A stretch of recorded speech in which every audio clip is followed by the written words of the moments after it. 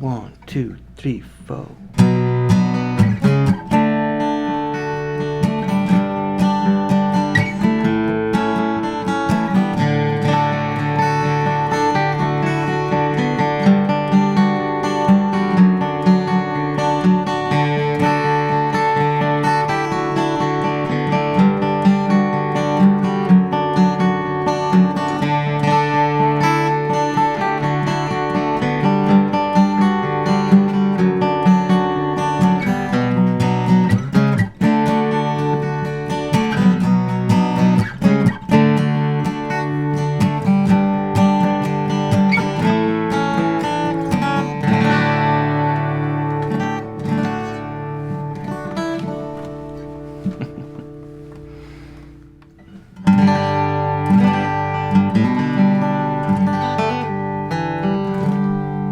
What's up, Chris? What's up, Jason? How are you, man? Doing pretty good. I got this sweet guitar. Dude. Don't I? Yeah, you do. Don't say I don't. Don't come at me with that. Dude, you have a I sweet know. guitar. Isn't that beautiful? That is look at this. And look at this. Oh my God, look at that too. There's hummingbirds on this guitar. So, What the heck is this guitar? It's crazy. With the hummingbirds So on it. this is a hummingbird, as you might have guessed. It is. This is a 1976. That's a 1976. This is a pair of 1976 Dang. Gibson Hummingbirds. Yeah, a couple Yeah. 76ers. The Gibson Hummingbird is one of the most iconic acoustic guitars out there. It was first made in 1960 by Gibson, and it was made as their first square shoulder dreadnought. So they'd all been slope shoulder before that. And Martin was making square shoulders, and Gibson made their first square shoulder with the Hummingbird. And when they did, they made it short scale. So it's a little bit shorter from the saddle to the nut right here in length. Now what that means is you don't have to put as much tension on the strings to get to the note, to tune it up. Like to make that an E takes less tension on the strings than it does a long scale. Mm-hmm. Martin made theirs long scale because they wanted the tension, because they wanted the volume. Because, they were competing against the banjo and all that, coming up in the 30s, Yeah. But Gibson made this so that the strings could be a little more relaxed. This just makes it easier to play. Mm-hmm. When they first made them, they had a wider nut width. They made the nut width a little bit less in like 68 or something like that. Again, just trying to make it a little bit easier for people to play. And made just a wonderful guitar. Mm-hmm. And Agreed. Yeah, and they're famous. That one is the famous one, the Cherry Bird. Yeah. And you'll see some years where they have a real sharp delineation between the red and the natural part, like that one does. Mm. And you'll see some years that are just a real smooth wash. Yeah. But they're kind of known for that, just real sharp, like it's almost like red paint, versus wood finish. Yeah, it's definitely. I mean, I associate that. These are 76, but when was this originally? 1960s when they first came out. Okay. Yeah, I mean, I kind of associate that look with that era. Yeah, for sure. And they're still making them now. It was the second most expensive acoustic that Gibson made at the time when they released it, right after the big J200, Mm-hmm. And then they did like a whole series. They have a Dove, which is a long scale version of this, basically. And I think there's some other differences too. It's kind of a combination between the 200 and the Hummingbird. And then they had like some artist series stuff, but they still make them today, and they're super nice and they're real expensive. Yeah, a guitar called the Dove coming out in the late 60s, early 70s. Yeah, it's so perfect. Yeah. That's funny. Yeah, and I love how it really makes a difference. It's a soft playing, nice playing guitar. It's like, and I've got a lighter string gauge on these, lighter gauge strings on this natural one than you have.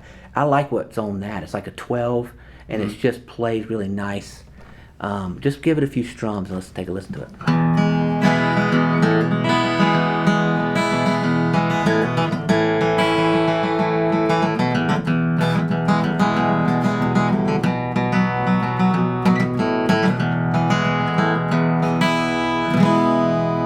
Sounds good.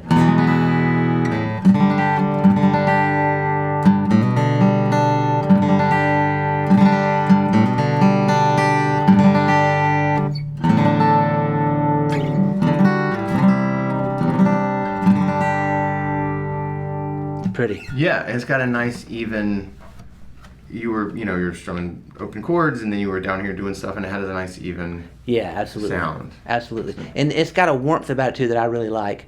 I had some guitars that had really brighter highs, like Takamines can be that way sometimes. Taylor can have that quality. Yeah. And it's great. I mean, I'm not slighting them at all. They sound fantastic, but it just sounds brighter. This sounds a little warmer. On the high string. Yeah. And this one sounds a little brighter than that because of the lighter gauge strings, I think. But I really like. I've actually been recording with that to get that just kind of like almost Eagles, like the Eagles chord strum, in songs, Rhythmic kind of just. Yeah, sounds great. But yeah, these are cool. They've been played by a lot of famous folks. Like Keith Richards is one of the big ones. He plays a natural one as far as what pictures I've seen. But like he recorded a lot, like "Sympathy with the Devil," a lot of their acoustic songs he did with his Hummingbird guitar. So that made it kind of famous because everybody could hear that, That makes sense. Yeah, it and does, I actually didn't associate with Keith Richards, but I know about their friendship with Graham Parsons, who I do associate with it. Absolutely, yeah. Graham Parsons, of course. This inspired me to write some Graham Parsons sounding music, getting a hold of these Hummingbirds, Yeah, and I assume that's why I associate it with more alt country than country, because generally you see sort of a Nashville country player. More often than not, it's gonna be a Martin or Taylor or a Gibson. What's the other standard Gibson that's not the Hummingbird, the acoustic? There's the J200. Yeah, like the J200. Yeah. And I'm not saying you don't ever see contemporary country singers with these, but like sort of alt country Americana, like you see so many. You see a lot of them, yeah. absolutely. And I think that like comes from Graham Parsons. Sheryl Crow, for example. Yeah. That kind of thing. And she has a custom one, I think. So you see them around a lot, and some people don't like them because think they're gaudy. I think they're beautiful. I love the pick guard. Yeah, I think it's just enough kind of design and stuff. Yeah. And it's unique. I mean, there's not a whole lot of. You can point to like body styles, like a big jumbo acoustic or something that. Like tall people like me. Yeah, body style. Body style. Yeah. Everyone's got their own body style, and there's nothing wrong with your body style. But in terms of acoustic guitar, it's more you think of that like the shapes is where the design comes in or whatever, and there's just not like if it's a dreadnought guitar, there's not a lot of variation, and there's not a lot of memorable ideas. Right. And this is one of the few like. This doesn't look like just a Martin. Absolutely. That's, I think, why it captured everybody's imagination, is because it just looked very different. And it was right in time for the 60s, you know what I mean? Yeah. Just to be a little bit embellished. Yeah, and that's, I think a little bit is the thing, I mean, it's obviously it's all in this pick guard, but it's got this like sort of bat wing aesthetic to it, and then the thickness of it, and the fact that it's like, so I don't know what that's made out of. What's happening there? I don't know either. It's like it's like a plastic. It's honey. All these bees swarmed around it. Yeah, exactly. It's found in nature. Yeah, they picked it up these. out of the woods and put it on. I.e., harvest these. Yeah. But it found it behind Jerry's shed. So whatever this is made out of, it does. We human beings, or I guess at least Americans, we're always experiencing this. This isn't going to be negative, by the way. It's so funny you bring that up. You're about to like shout, but no. Culturally, we tend to go through design eras and sort of feeling eras of like we want very modern, sleek, futuristic things for 20 years, and then we get so sick of that, and we want really earthy, natural stuff. And in the late 60s and 70s, that's where we were. And I think that's why all the clothes and the shoes are all brown and green. Yeah, right. And I think this reflects that it is embellished. It's got this. The design is all nature looking, and this literally the hummingbird in nature, and then the shapes are, like I said, these are shapes that you're found in nature, and this material, like I said, it feels a little bit like some little, forest whatever creature came by and anointed it with the pick guard. Like it looks very natural, and I don't know, it's like nature with bell bottoms. Exactly, yeah. It's this combination of nature and design. And I mean, so that. The pick guard, of course, made the biggest statement, but the cherry burst, made as big of a statement too, because the natural, when they first started making them, they only made the cherry burst, and so they released the hummingbird, and it's like all of them look like that. And I was like, wow, no guitar looks like that. You know what I mean? Yeah. And then they started doing the naturals and just retained the pick guard, and everybody recognizes the pick guard, and you instantly go, oh yeah, that's a Hummingbird. Yeah. You know, even though it's not red. You know. Yeah, but it's funny how that defines the guitar, and then the sunburst too. But that draws the eye, and it really defines the guitar. Yeah.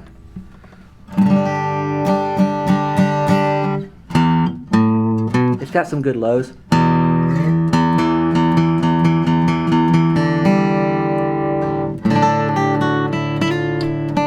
And again, the highs are more warm than bright. I mean, they're bright enough. They don't sound dull, you know. Like a D chord. And a G chord. So you never get that kind of like real high pitch, kind of bright, which again, some people like that crisper high end. But I think it makes for a good recording guitar because you can bring it down in the volume, maybe move it over, pan it over a little bit, and it's just got that nice.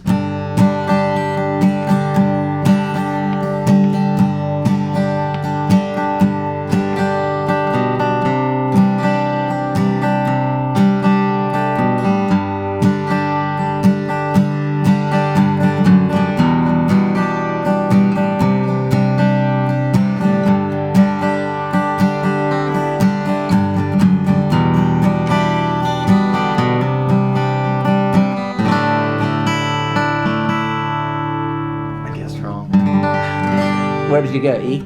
Yeah. Back to E? No, I went to G. I think. I went to G. Yeah. You ruined it. Yeah, video's over. Silent Sorry. Micah, dude. Just shut the whole thing. Turn it off. Smash your computer. Flip that giant switch. Yeah. Flip that giant YouTube switch that makes us stop playing guitar. Hey, now, if you want us to stop playing guitar, just smash that like button. That like button. And we'll never play the guitar for you again. Psych! Yeah, we still play it. Anyway, so that is the Gibson Hummingbird. Came out in 1960. Gibson's still making it to this day. It's a short scale, which I love because it plays so nicely. You don't really notice in terms of, you know, feeling like the first fret's far away, like the long scale. Yeah. Like, hit that first fret for me. Hello down there. So you don't really notice that as much playing it, but it definitely feels smooth to play and sounds fantastic.